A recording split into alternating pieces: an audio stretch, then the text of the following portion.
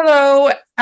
Thank you for watching this recording. I am joined today by Karen Jacobs and Jessica Scholes, our liaison partners, to discuss our new CASPA mobile first application that will be launching in April for the 2026-27 application cycle. And with that, I'll kick it over to Karen Jacobs. Thanks, Erica. And Jess, I'll count on you at any point if you see something that you'd like to chime in on, please go ahead and do that. So thanks for listening in today. We're really excited about the new what we're calling CAS 3 Plus student user experience for the CASPA application. We're going to give you a little tour of that today. I'm in a test environment right now, so this is kind of a preview of what is going to happen for the 26-27 cycle. And just to note, there are always new things that are coming out, so some of what you see might be slightly different when you do use this in the 26-27 cycle, but for the most part, substantively, it should be the same. We decided to do this because we wanted to make sure that students who use all kinds of devices were able to have the best experience when applying for admission through CASPA. So although the previous iteration of this did render on a cell phone, we really wanted to maximize that experience since more and more students were using cell phones to complete their application. So now, whether you're on a laptop, a tablet, or a cell phone, or any other mobile device, you are going to have an optimal experience in using the CASPA application. So what you're seeing right now is the new sign-in page. Looks a little bit different, but the same information you see there on the bottom left, the direct access to the help center, the CASPA program directory, all of those same things are still there. And the difference here on the sign-in page is that previously it asked you to create a user ID and now it's asking you for an email. So you're going to want to make sure that you use the email if you're a returning student, that you use the email that you used previously so that it can recognize you and let you use that reapplicant feature. Or if you're somebody brand new, go ahead and put an email address in there and create a password. The create account process is the same as it was before, so nothing too substantively different there. So I'm going to go ahead and log in using my test student account. And this should look fairly familiar. So the concept of the 4 quadrants is still here. But what we've tried to do is to make kind of the experience and the movement through this application a little bit more fluid. So right away, you can see on the dashboard that we have a couple of things that I want to orient you to. On the left-hand navigation vertically, you see a navigation bar. We're highlighted on home, but all the different components of the application are listed here. So I'm hovering over personal information, academic history, supporting information, program materials, academic records, which is a new concept. We'll show that to you in a section, and then the add a program. And then down at the bottom, the notifications, the link to the help center, and then the applicant menu, which is where the student's profile, the ability to log out, and so on are all listed there. This remains on the left-hand navigation regardless of where you are in the application. So it's always a really easy way for you to be able to jump back to any part of the application that you like. Another thing that is slightly different on this homepage is up here in the upper right where it says My Programs. It'll keep a tally for you of how many programs that you have selected, and you're able to jump to those whenever you need. The other thing that is new is this Continue button in the bottom right corner. And I think this is where it is substantively different in the fact that it lets students, as they move through each part of the application, there's a save and continue that always allows you to move on to that next part. So again, it's very fluid as you move through the application. There's also a status bar across the top that shows you the status of your application globally. So if you've submitted to one application or one designation and have been verified, this will show as being verified, and you can see what that status is of your application. So let's take a little look at the information here on our homepage, personal information, academic history, supporting, and program materials. And again, you can see that the content is exactly the same.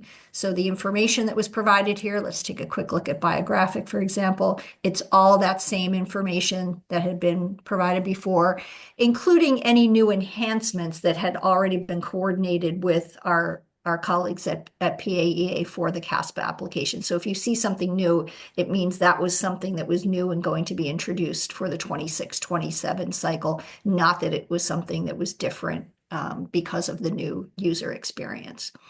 The other thing that's nice about this too, it's kind of more colloquial engagement with the student here. What's next? So it's always prompting the student to do that next thing, asking questions. Have you added all the programs that you want to apply to? So always kind of orienting students to making sure that there's more information that they would have to complete.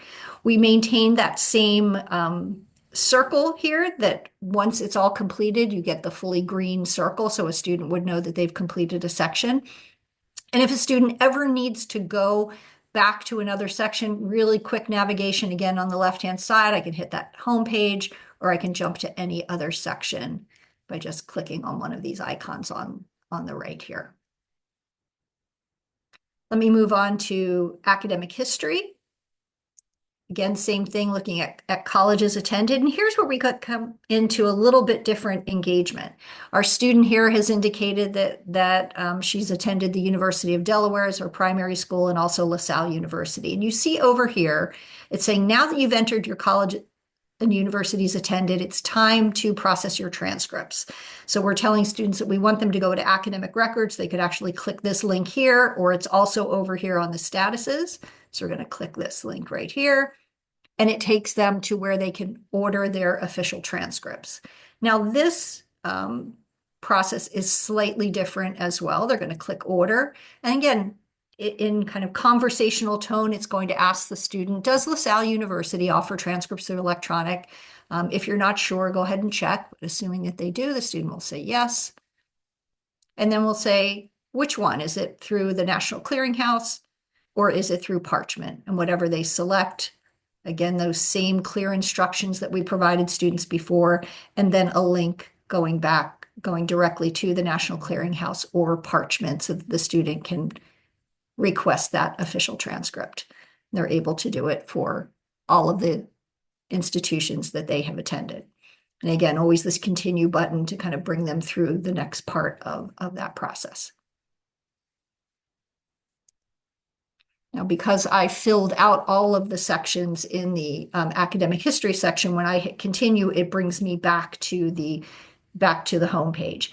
If, for example, I had not completed anything in supporting information at this point, it would take me over to the first section of supporting information. So let's jump over there. Let's take a look at the evaluation section. This is where the students are identifying the individuals that they want to write their letters of recommendation. That the way to do it hasn't changed. But we also ask them the question, have you finished adding evaluators? And so the students will answer yes or no. And again, these questions over here, have you added all the programs you want to apply to? The student can then engage with that. Going over here to the statuses, I'd mentioned before that academic records, that's the place where they can order their transcripts. And you see this doesn't disappear on the left-hand side on the statuses. They could then take a look at evaluations. And here we're giving some additional information that students didn't have before, saying these requests were sent to your evaluators, but were not accepted or declined, meaning the evaluator hasn't responded yet as to whether or not they're going to complete that letter of recommendation. And once George Washington or Alexander Hamilton agrees, you'll see this status up here change from requested to accepted. And then once these letters of recommendation or evaluations are received, you'll see this status over here change to completed. And just as in the other application system, students cannot see the letters of recommendation themselves, just to see whether or not they have been received. And then if there are any official test scores, they would also be able to see that here. So again, what we're trying to do is keeping as much information as possible that's important kind of on this dashboard and allowing the students to be able to navigate very cleanly and smoothly. Now, when we go to the program materials section, and again, we're in a test environment, so we only have these 2 test programs listed here.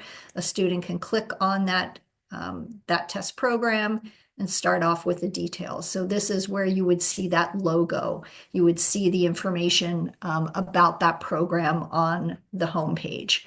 And then a couple of different places across the top here, program questions.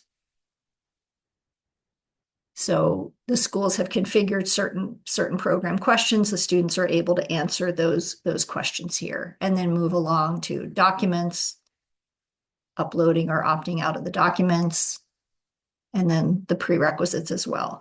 So this works the same as before. Student's going to go over here, click prerequisites, identify the prerequisite that they believe meets that requirement, save and continue, and it takes them back to that part of the application.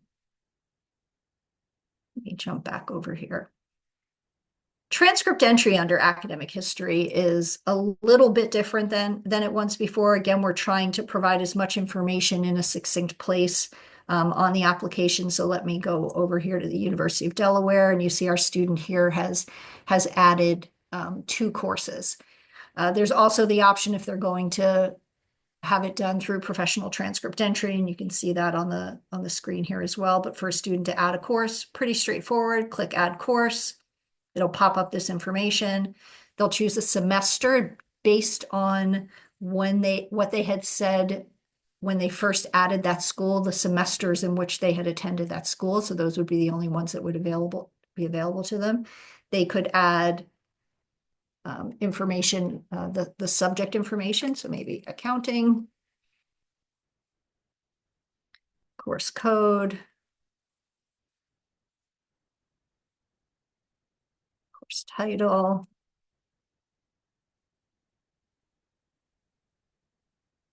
say 3 credits, grade was a B.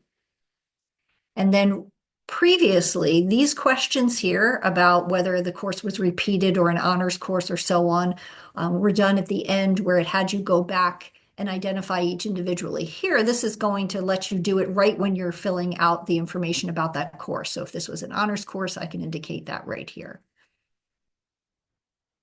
And then I can save, or I could choose add another, and then continue through that.